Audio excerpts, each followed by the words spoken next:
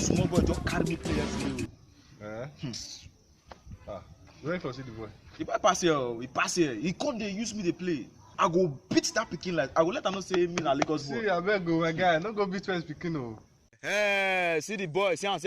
Now this boy? Yes, na. Hey. So wait for you, no come o. Don't want you to go. I dey here, no wahala. No be you. No be you. What's up?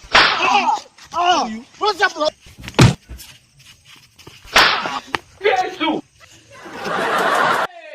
Ayé mi tèmi. Fúnkẹ́! Ayẹlẹ o, ìbò sí o.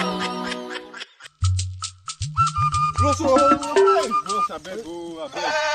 Change this guy situation, abeg. You know the show. Abeg, You know for like 16 na years. stranger, abeg, bros, abeg, man. Because I know you. You don't know me, abeg. What?